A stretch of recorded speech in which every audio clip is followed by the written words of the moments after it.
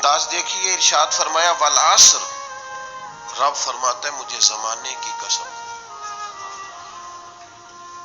اللہ کو بھی قسم اٹھانے کی ضرورت ہے، مالک کریم کو بھی کیا حاجت ہے کہ وہ قسم اٹھائے، لیکن تاکید کر کے بات ذہن میں اتارنے کے لیے۔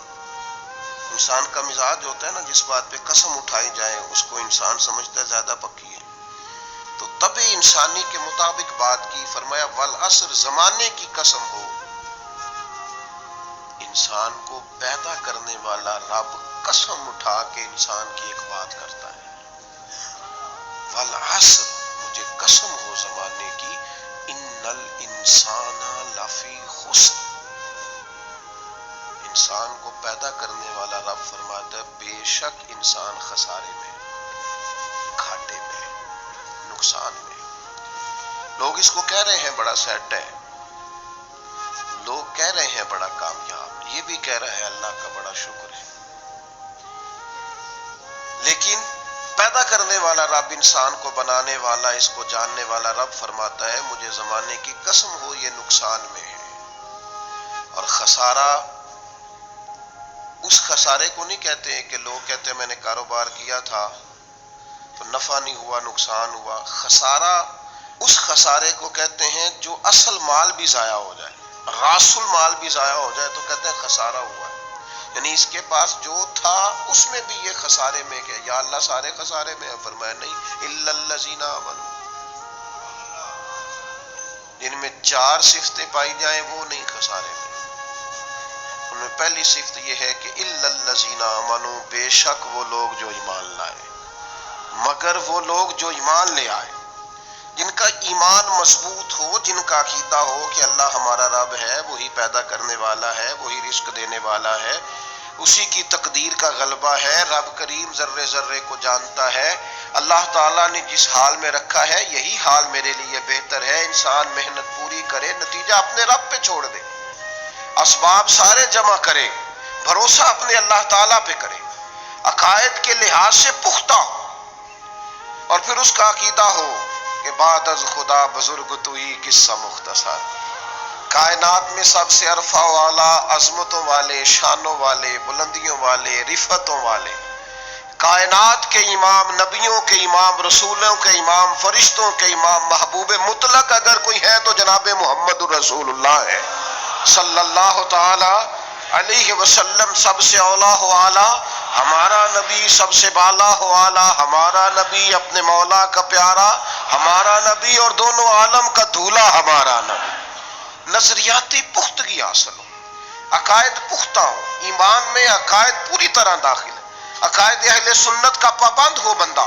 پھر ایک اور بنیادی عقیدہ ہے، اسی ضمن میں سارے عقائد آ جاتے ہیں، فرشتوں پر بھی ایمان ہو، اللہ کے تمام انبیاء پر ایمان ہو، اچھی بری تقدیر پر ایمان ہو، لیکن ایک بنیادی عقیدہ جس کو عقیدہ آخرت کہا جاتا ہے، اس پر انسان کا ایمان ہونا بڑا ہی ضروری ہے۔ اگر آخرت پر ایمان کمزور ہو جائے تو دنیا میں جتنے بھی عمل ہم کرتے ہیں یہ سارے کمزور ہو جائیں۔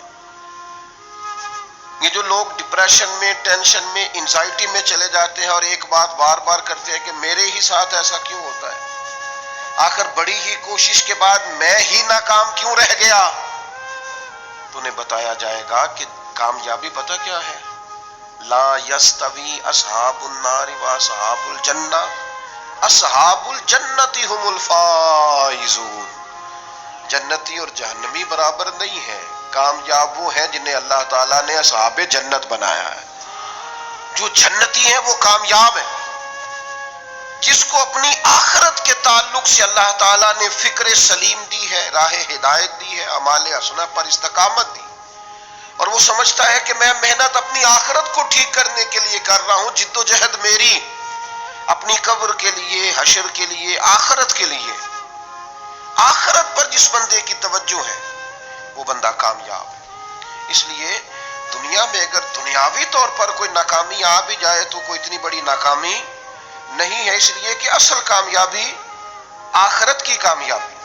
تو عقائد مضبوط ہوں، اور پھر عقائد اہل سنت کی پابندی اس کے پاس موجود ہو، نہ رفس کی طرف اس کا رجحان ہو، نہ خارجیت کی طرف اس کا رجحان ہو، اس کے نظریات ستھرے ہوں، اجلے ہوں، خوبصورت ہوں، وہ رسول پاک کی ذات گرامی کی پوری غلامی کرنے والا وہ شخص، تو اس کے نظریات اعلیٰ. تو فرمایا کہ انسان خسارے میں ہے الا الذین آمنوا، مگر وہ لوگ جو ایمان لائے، وعملوا الصالحات، اور جنہوں نے نیک اعمال کیا. اور یہاں بات ختم نہیں ہوئی، دو صفتیں اور بھی پیدا کریں. یہ دو باتیں ان کی اپنی ذات تک تھیں، آمنوا وعملوا الصالحات، یہ دو باتیں ان کے اپنے لیے تھیں. اب وہ سوسائٹی کو کیا دیں؟ دو کام معاشرے کے لیے بھی کریں. وتواصوا بالحق، حق بات کی نصیحت کریں وہ معاشرے، خیر کی بات کی نصیحت کریں، وائرل باتیں نہ کریں. کہ آج کل یہ موضوع چل رہا ہے تو ذرا میں اس پر بولوں گا تو کچھ ویوز میرے بھی بڑھ جائیں گے.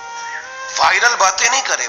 وتواصوا بالحق، وہ حق بات کی نصیحت کریں، کلمہ حق کہیں اور حکمت کے ساتھ کہیں. ادعو الی سبیل ربک بالحکمہ، دانائی کے ساتھ کہیں، لوگوں کو سمجھانے کی نیت سے کہیں، کلمہ حق ان کی زبان پر آئے. اور میرے نبی پاک علیہ السلام نے فرمایا سب سے افضل جہاد ظالم بادشاہ کے سامنے کلمہ حق کہنا ہے. آپ حق کے ساتھ کھڑے ہوں، پھر آپ لوگوں کو امر بالمعروف کریں، پھر نہی عن المنکر کہیں، اور وہ بھی بندہ دیکھ کے نہیں. اگر امیر آدمی غلطی کر رہا ہے تو پھر آپ خاموش ہیں، اور کسی غریب کو کرتے دیکھ لیا ہے تو آپ نے دینی حکمت کو بھی پیش نظر نہیں رکھا اور اسے رسوائی کر دیا، آپ نے اسے سخت ترین تکلیف سے گزار دیا ہے. حق بات کی نصیحت کریں. اور جو لوگ حق بات کہتے ہیں نا، ان پر تکلیف بھی آتی ہے. تکلیف آتی ہی ہمیشہ حق کہنے والوں پر. تو چونکہ میدان لگایا ہے، اب حق میں نکلے ہو، اب تم نے سفر شروع کیا ہے تو بھئی پیروں پہ چھالے تو پڑیں گے. سفر کرو گے تو تھکاوٹ تو ہوگی، کوئی رستہ طے کرو گے تو گرد تو پڑے گی. اگر کسی سمت تیز دوڑو گے تو مخالف سمت سے ہوا تو تیز آئے گی. اب بہت گھبرانا نہیں، کمزور نہیں پڑنا، تھکی باتیں نہیں کرنی. اب ایسا نہ ہو کہ تم نے معذرت خواہانہ رویہ اختیار کیا. وتواصوا بالحق وتواصوا بالصبر، وہ حق بات کی وصیت کرتے ہیں اور ایک دوسرے کو صبر کی تلقین کرتے ہیں. چار صفات پیدا کریں تو خسارے سے بچ سکتے ہیں.